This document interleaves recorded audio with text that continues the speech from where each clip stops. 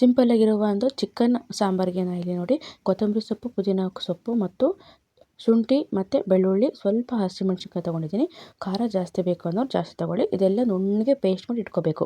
ಸ್ವಲ್ಪ ನೀರನ್ನ ಹಾಕಿ ಪೇಸ್ಟ್ ಮಾಡಿ ಇಟ್ಕೊಳ್ಳಿ. ನಂತರ ಒಂದು ಕುಕ್ಕರ್ಗೆ ಸ್ವಲ್ಪ ಎಣ್ಣೆನ ಹಾಕಿಬಿಟ್ಟು, ಎಣ್ಣೆ ಬಿಸಿ ಆದಮೇಲೆ ಇಲ್ಲಿ ನಾನು ಕಸೂರಿ ಮೆಂತ್ಯನ ಹಾಕ್ತಿದ್ದೀನಿ. ಇಲ್ಲಿ ಕಸೂರಿ ಮೆಂತ್ಯ ಅಂಗಡಿಲಿ ಸಿಗುತ್ತಲ್ಲ ಅದೇ. ನಿಮಗೆ ಕಸೂರಿ ಮೆಂತ್ಯ ಇಲ್ಲ ಅಂದರೆ ಮನೇಲಿ ಇರುವಂಥ ನೀವು ಏನು ಮೆಂತ್ಯ ಸೊಪ್ಪು ಇರುತ್ತಲ್ಲ ಅದನ್ನು ಬೇಕಾದ್ರೆ ಸಣ್ಣ ಸಣ್ಣದಾಗಿ ಕಟ್ ಮಾಡಿ 1 ಸ್ಪೂನಷ್ಟು ಹಾಕ್ಕೊಳ್ಳಿ, ತುಂಬ ಚೆನ್ನಾಗಿರುತ್ತೆ. ನಂತರ ಕಸೂರಿ ಮೆಂತ್ಯ ಆದಮೇಲೆ ಸಣ್ಣದಾಗಿ ಕಟ್ ಮಾಡಿರುವಂಥ ಈರುಳ್ಳಿನ ಹಾಕಿ ಇದನ್ನು ಸ್ವಲ್ಪ ಬಾಡಿಸ್ಕೋಬೇಕು ನಾವು. ನೋಡಿ, ಇದಕ್ಕೆ ಸ್ವಲ್ಪ ಎಣ್ಣೆ ಸ್ವಲ್ಪ ಜಾಸ್ತಿ ಇದ್ದರೆ ತುಂಬ ಚೆನ್ನಾಗಿರುತ್ತೆ. ನಾನು ಮೀಡಿಯಮಾಗಿ ಎಣ್ಣೆ ಹಾಕಿದ್ದೀನಿ, ನೀವು ಬೇಕಾದರೆ ಸ್ವಲ್ಪ ಜಾಸ್ತಿ ಎಣ್ಣೆ ಹಾಕ್ಕೊಳ್ಳಿ. ಎಣ್ಣೆಯಲ್ಲಿ ಸ್ವಲ್ಪ ಈರುಳ್ಳಿ ಫ್ರೈ ಆದಮೇಲೆ ಇದಕ್ಕೆ ಹೆಚ್ಚಿರುವಂಥ ಟೊಮೆಟೊನ ಹಾಕ್ತಾಯಿದ್ದೀನಿ. ಇಲ್ಲಿ ಮೀಡಿಯಮ್ ಗಾತ್ರದ ಒಂದೇ ಟೊಮೆಟೊನ ತೊಗೊಂಡಿದ್ದೀನಿ. ನೀವು ಚಿಕನ್ ಸ್ವಲ್ಪ ಕ್ವಾಂಟಿಟಿ ಜಾಸ್ತಿ ಇದೆ ಅಂದರೆ 2 ಟೊಮೆಟೊನ ನೀವು ಹಾಕೋಬೋದು. ಈ ಟೊಮೆಟೊ ಹಾಕಾದ್ಮೇಲೆ ಇದು ಸ್ವಲ್ಪ ಬಾಡಿಸ್ಕೋಬೇಕು. ಟೊಮೆಟೊ ಮತ್ತು ಈರುಳ್ಳಿ ಮೆತ್ತಗಾದರೆ ತುಂಬ ಚೆನ್ನಾಗಿರುತ್ತೆ. ನಂತರ ಜೊತೆಗೆ ಸ್ವಲ್ಪ ಉಪ್ಪನ್ನು ಸಹ ಹಾಕ್ತಾಯಿದ್ದೀನಿ, ಯಾಕಂದರೆ ಸ್ವಲ್ಪ ಬೇಗ ಮೆತ್ತಗಾಗುತ್ತೆ ಟೊಮೆಟೊ ಮತ್ತು ಈರುಳ್ಳಿ ಎಲ್ಲ. ಅದರಿಂದ ಉಪ್ಪನ್ನ ಜೊತೆಗೆ ಹಾಕ್ಕೊಳ್ಳಿ. ಆದರೆ ನೆನಪಿರಲಿ ಉಪ್ಪು ಹಾಕುವಾಗ. ನಂತರದಲ್ಲಿ ಉಪ್ಪು ನೀವು ಜಾಸ್ತಿ ಹಾಕಿದ್ರೆ ತುಂಬ ಖಾರ ಒಂಥರ ಬಂದುಬಿಡುತ್ತೆ. ಅದರಿಂದ ನಂತರ ನೋಡಿ, ಇನ್ನು ಸ್ವಲ್ಪ ಹೊತ್ತಾದಮೇಲೆ ಒಂದು 3-4 ನಿಮಿಷ ಆದಮೇಲೆ ಈ ರೀತಿ ಕಲರ್ ಕೂಡ ಚೇಂಜ್ ಆಗಿದೆ ಈರುಳ್ಳಿದು. ಟೊಮೆಟೊ ಕೂಡ ನೋಡಿ ಮೆತ್ತಗಾಗಿದೆ ಈಗ. ಇವಾಗ ಇದಕ್ಕೆ ಕೆಲವು ಮಸಾಲೆ ಐಟಮ್ಗಳನ್ನು ಹಾಕ್ತಿದ್ದೀನಿ.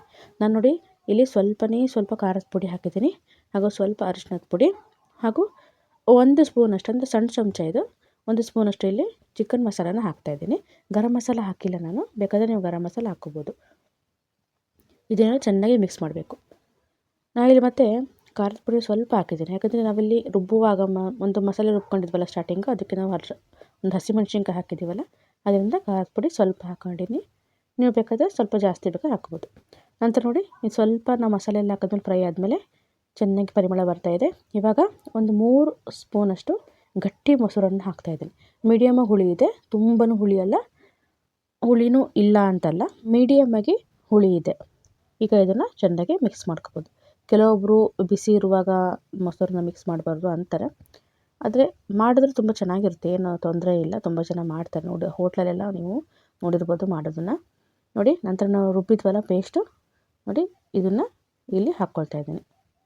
ತುಂಬ ಚೆನ್ನಾಗಿ ಸ್ಮೆಲ್ ಬರ್ತಾಯಿದೆ, ಘಮ ಘಮ ಅಂತ.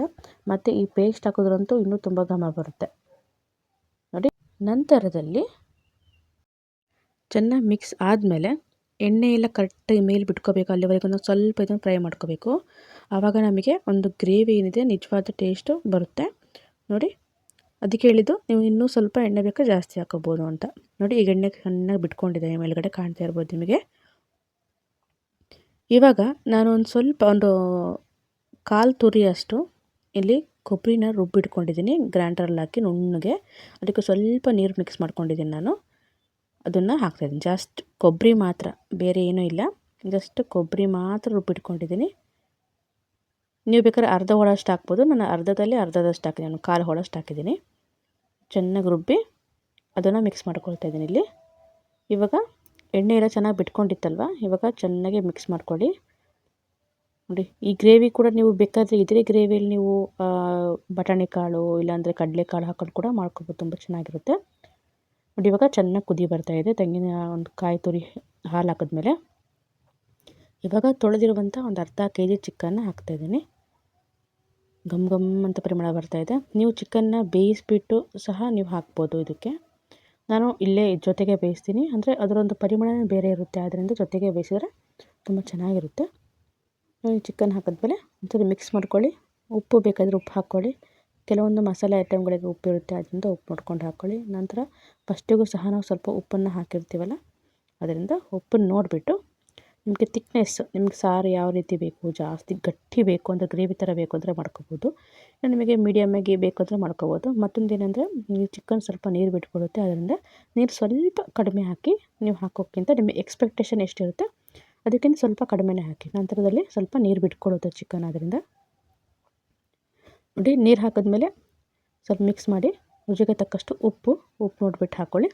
ನಂತರ ಮತ್ತೆ ಮಿಕ್ಸ್ ಮಾಡಿಕೊಂಡು, ನಿಮ್ಮ ಹತ್ರ ಬೇಕಾದ್ರೆ ಮೇಲ್ಗಡೆ ಪುದೀನ ಇತ್ತು ಅಂದರೆ ಸ್ವಲ್ಪ ಉದುರಿಸ್ಕೋಬೋದು, ಆದರೆ ಹಾಕೋ ಅವಶ್ಯಕತೆ ಇಲ್ಲ. ಸ್ಟಾರ್ಟಿಂಗ್ಗೆ ನಾವು ಮಸಾಲೆ ರುಬ್ಬಿದ್ವಲ್ಲ ಅದರಲ್ಲೇ ಎಲ್ಲ ಇರುತ್ತೆ, ಅದರಿಂದ ಈಗ ಮುಚ್ಚಳ ಮುಚ್ಚಿಬಿಟ್ಟು ಒಂದು 3 ವಿಸಲ್ ಕೂಗಿಸ್ಬಿಟ್ರೆ ರುಚಿಯಾಗಿರುವಂಥ ಘಮ ಘಮ ಅಂತಿರುವಂಥ ಒಂದು ಚಿಕನ್ ಸಾರು ರೆಡಿಯಾಗುತ್ತೆ. ನೋಡಿ ಮುಚ್ಚಳ ಮುಚ್ಚಿ 3 ವಿಸಲ್ ಆಗಿದೆ. ಈಗ ಓಪನ್ ಮಾಡ್ತಾಯಿದ್ದೀನಿ ನೋಡಿ ಯಾವ ರೀತಿಯಾಗಿ ಎಣ್ಣೆ ಕೂಡ ಮೇಲುಗಡೆ ಬಿಟ್ಕೊಂಡಿದೆ ಅಂತ. ಈ ರೀತಿಯಾಗಿ ಆಗಿಬಿಟ್ರೆ ಇದು ಮುದ್ದೆಗಂತೂ ತುಂಬ ಚೆನ್ನಾಗಿರುತ್ತೆ. ನೀವು ಈ ರೀತಿಯಾಗಿ ಮಾಡ್ಕೋಬೋದು ಸಿಂಪಲ್ಲಾಗಿ. ಹಾಗೂ ಯಾರೆಲ್ಲ ನಮ್ಮ ಚಾನಲ್ ನೋಡ್ತಿದ್ದಾರೆ ದಯವಿಟ್ಟು ಸಬ್ಸ್ಕ್ರೈಬ್ ಮಾಡ್ಕೊಳ್ಳಿ, ಲೈಕ್ ಮತ್ತು ಶೇರ್ ಮಾಡಿ. ಈ ವಿಡಿಯೋ ಸ್ವಲ್ಪ ರಾತ್ರಿ ಮಾಡ್ತಿರೋದು, ಅದನ್ನು ಸ್ವಲ್ಪ ನಿಮಗೆ ಕಲರ್ ಸ್ವಲ್ಪ ಡಿಫ್ರೆನ್ಸ್ ಅನಿಸ್ಬೋದು, ಆದರೆ ರುಚಿ ಮಾತ್ರ ತುಂಬ ಚೆನ್ನಾಗಿರುತ್ತೆ. ನೀವು ಈ ರೀತಿ ಮಾಡಿದ್ರಿ ಅಂದರೆ ಹೇಗಾಗಿತ್ತು ಅಂತ ಕಾಮೆಂಟ್ ಮೂಲಕ ನಮಗೆ ತಿಳಿಸಿ. ಹಾಗೂ ದಯವಿಟ್ಟು ನಮ್ಮ ಚಾನಲ್ ನೋಡ್ತಿರೋ ದಯವಿಟ್ಟು ಸಬ್ಸ್ಕ್ರೈಬ್ ಮಾಡ್ಕೊಳ್ಳಿ, ಲೈಕ್ ಮತ್ತು ಶೇರ್ ಮಾಡಿ. ಫೇಸ್ಬುಕ್ಕಲ್ಲಿ ನೋಡ್ತಿರೋ ದಯವಿಟ್ಟು ಫಾಲೋ ಮಾಡ್ಕೊಳ್ಳಿ. ನಮ್ಮ ವಿಡಿಯೋ ನೋಡಿದ್ದಕ್ಕೆ ತುಂಬ ಹೃದಯದ ಧನ್ಯವಾದಗಳು. Thank you. Bye bye.